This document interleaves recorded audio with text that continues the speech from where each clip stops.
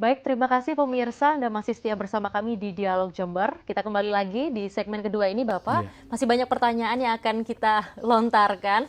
Dan tentunya kalau tadi kita sudah membahas sejak tahun 80 hingga tahun 2000-an ini, meski tidak semuanya bisa tercerita, namun sudah tampak ya.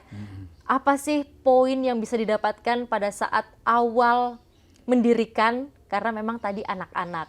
Kemudian semakin ke sini, Bapak, kalau dari misalkan kegiatan di Kampung Baca ini, kira-kira apa saja koleksi selain buku yang ada di sini?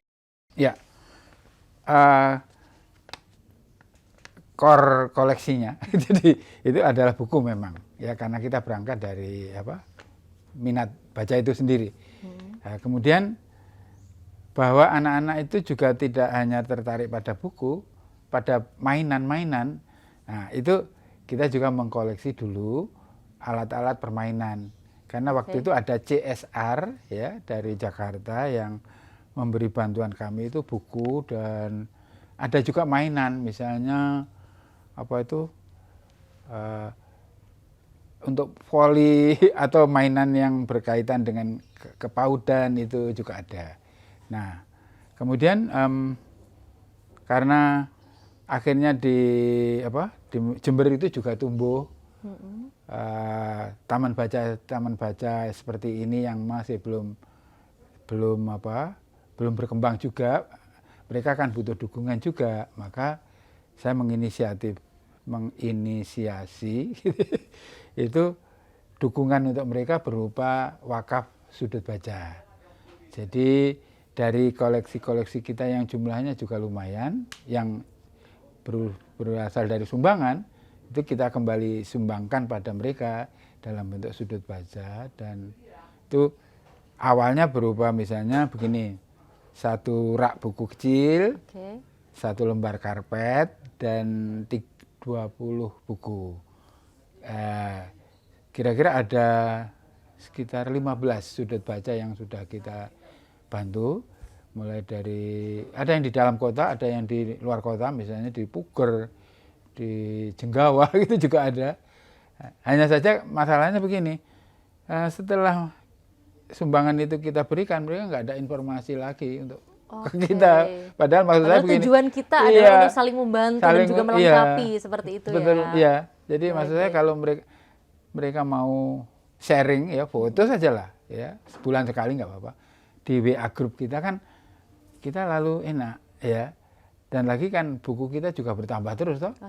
Ya. Atau mungkin mereka memang benar-benar tidak melanjutkan lagi program literasi buku yang ada di sana, kemungkinan iya ya? Mungkin sebagian begitu, tapi ada juga yang memang ya nggak tahu, mungkin terlalu banyak kegiatan atau ya, mungkin betul. Ya gitu. Baik, terus, berbicara tentang kegiatan Bapak ya, kalau tadi sudah dijelaskan bahwasanya banyak sekali fasilitas, tidak hanya buku saja.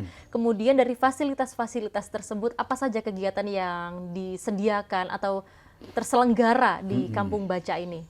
Ya, pertama kita punya wisata literasi. Dulu sebelum COVID itu rombongan-rombongan siswa TK, PAUD itu ya, banyak dibawa gurunya ke sini. Biasanya hari Sabtu karena mereka punya jalan outing namanya, jalan-jalan gitu kan. Nah di sini kita beri kegiatan misalnya melipat, yang mantan guru TK. Jadi sangat menguasai bagaimana mengelola anak-anak yang datang seperti itu ya. Kemudian setelah COVID lewat itu menyusut ya. Tetapi itu juga tidak berarti keseluruhnya menyusut ya. Karena ada SD-SD yang kebetulan gurunya sangat concern pada bidang itu, muridnya dikirim ke sini atau paling tidak ditugasi ke sini, gitu ya. Saya lihat datang dari sini kelihatan kok rombongan siswa pakai putih, merah gitu kan dia, wah ini gurunya nggak ada, seperti itu. Ini bagus sekali kan, ya. Apalagi kalau gurunya ikutan ke sini. Karena memang itu kesadaran dari anak-anak itu sendiri tadi ya. Betul. Bisa juga karena kesadaran gurunya. Jadi misalnya kalau ada kelas meeting ya kan kayaknya nggak ada pelajaran ya. Kamu saya tugasi ini karena sekolahnya tetangga dekat gini kan nggak jauh, nggak butuh transport, itu bagus. Nah kemudian di sini sejalan dengan itu ya, karena saya juga punya hobi mengumpulin barang-barang lama, akhirnya saya pikir ini kan bagus kalau dibuat museum yang mempunyai nilai edukatif. Karena alat-alat seperti yang ada di sini ini anak-anak nggak paham, nggak tahu ini alat apa. Nah, ini Fungsi dan juga kegunaan. fungsinya iya. Betul. Nah, itu apalagi di sekolah-sekolah juga sudah tidak digunakan. Dan ya saya beruntung sih beberapa pengelola sekolah itu punya kepedulian dan disumbangkan ke kita gitu. Akhirnya kita mulai dengan museum literasi yang maksudnya tentu saja untuk memberi edukasi pada anak-anak itu gitu. Baik, jadi sepanjang perjalanan ini sudah banyak melibatkan masyarakat tentunya ya Pak ya. Jadi kalau tadi kita lihat dari sisi positifnya, jadi anak-anak sudah banyak yang sudah mulai mengetahui dan mereka ingin datang ke sini untuk bisa melihat seluruh koleksi buku-buku ini. Kemudian kemungkinan ada nggak sih Pak sisi negatif yang mungkin ada yang merupakan respon dari masyarakat itu sendiri terhadap Kampung Baca ini? Saya pikir itu ada saja ya.